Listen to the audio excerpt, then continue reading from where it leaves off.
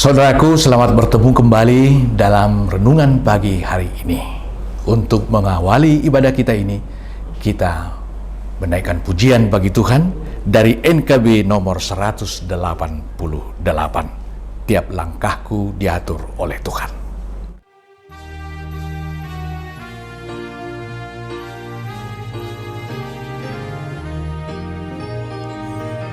Tiap langkahku diatur oleh Tuhan, dan tangan kasih-Nya memimpinku.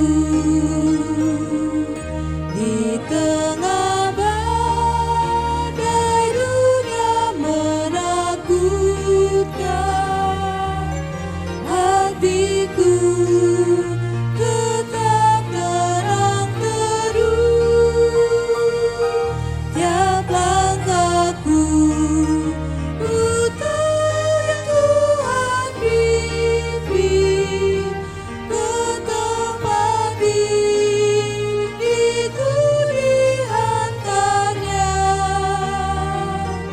hingga sekali nanti aku tiba di rumah Bapa surga yang kekal.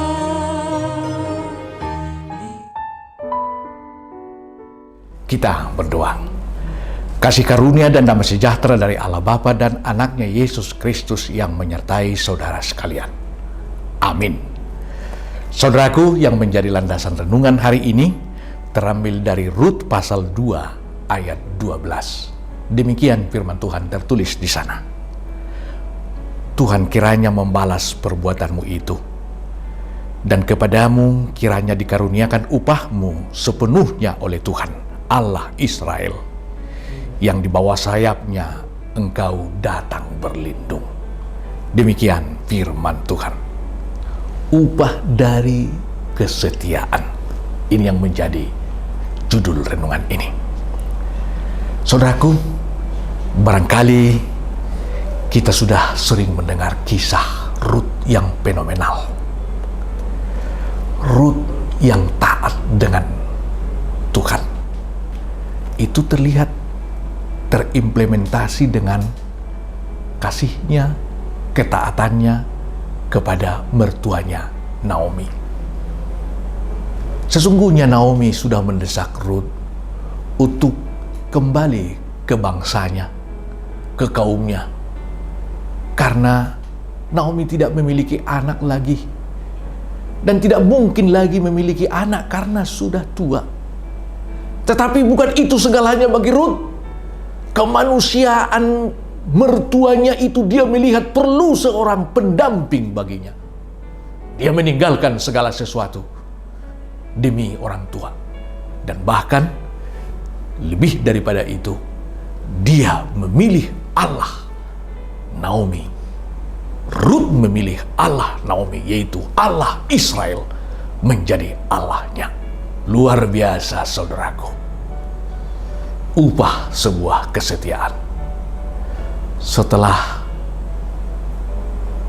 berangkat dari Moab, Naomi dengan Rut kembali ke Betlehem. Di Betlehem sudah terdengar Tuhan memberi hujan dan sudah pas masa musim panen. Itu terjadi, saudaraku.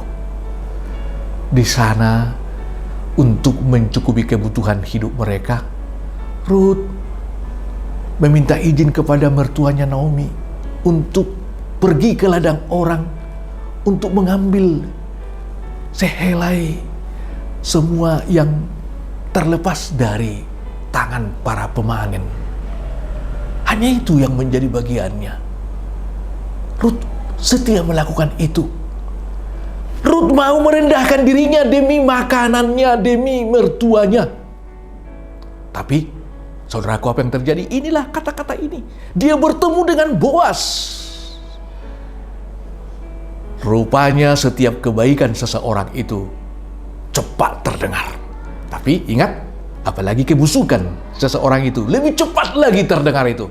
Oleh karena itu, Jangan ragu untuk melakukan kebaikan. Pasti terdengar juga kepada orang lain. Dan takutlah melakukan kebusukan, karena itu juga akan viral dan didengar oleh orang lain.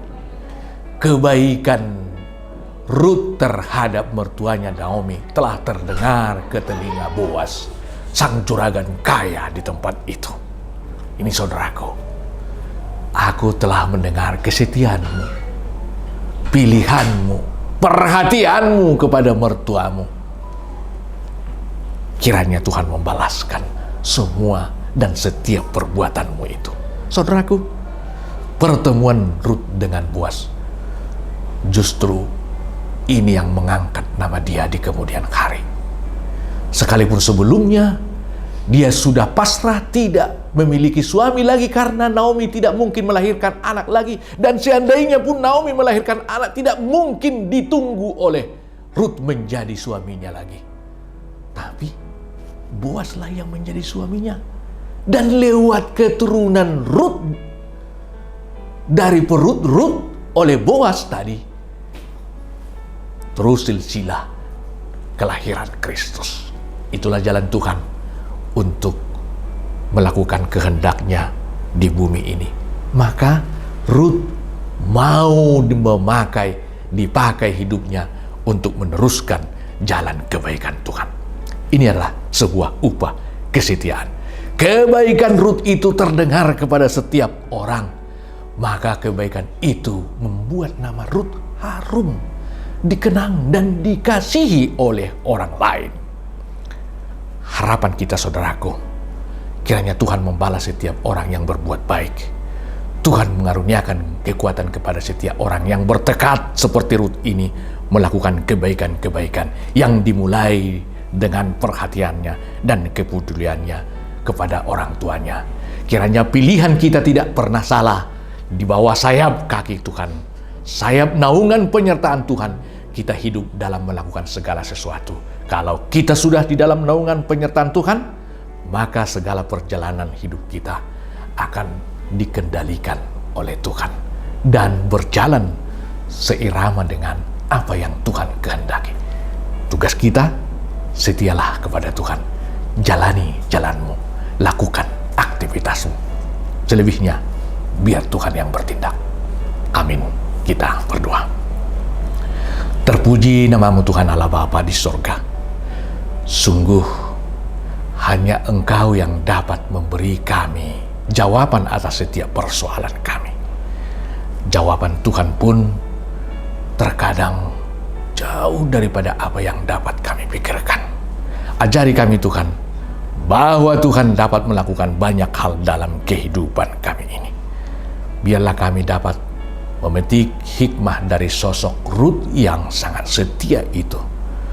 Kami lakukan menjadi orang yang setia kepada orang tua kami, pada sesama kami, khususnya kepadamu Tuhan. Kami tidak munafik, tapi kami mengabdikan diri kami hanya untuk Tuhan. Biar kami memberi hidup kami ini dipakai seturut dengan kehendak-Mu. Terpujilah Engkau Tuhan. Ajari kami Tuhan untuk senantiasa bersandar kepada kehendak-Mu. Kalau kami bersandar kepadamu, dikala kami sakit, Tuhan pasti peduli. Dikala kami susah, Tuhan pasti menolong kami. Tunjukkanlah itu kepada setiap orang yang membutuhkannya. Dengarlah doa kami dalam Kristus Yesus. Kami berdoa. Kita berdoa bersama dalam doa Bapa kami. Bapa kami yang di surga, dikuduskanlah namamu. Datanglah kerajaan-Mu. Jadilah kehendak-Mu di bumi seperti di surga. Berikanlah kami pada hari ini makanan kami yang secukupnya. Dan ampunilah kami akan kesalahan kami, seperti kami juga telah mengampuni orang yang bersalah kepada kami. Dan janganlah membawa kami ke dalam pencobaan, tetapi lepaskanlah kami daripada yang jahat. Karena Engkau yang empunya kerajaan dan kekuasaan dan kemuliaan sampai selama-lamanya.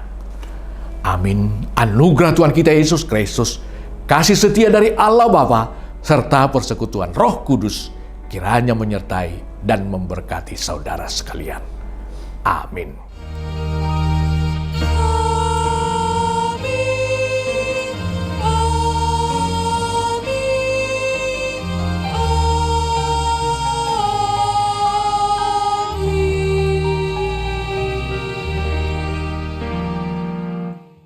Kami atas nama Majelis Gereja HKBP Tanjung Priok, Jakarta, mengucapkan selamat berkarya, selamat beraktivitas. Harapan kami, sukses, Tuhan memberkati. Shalom.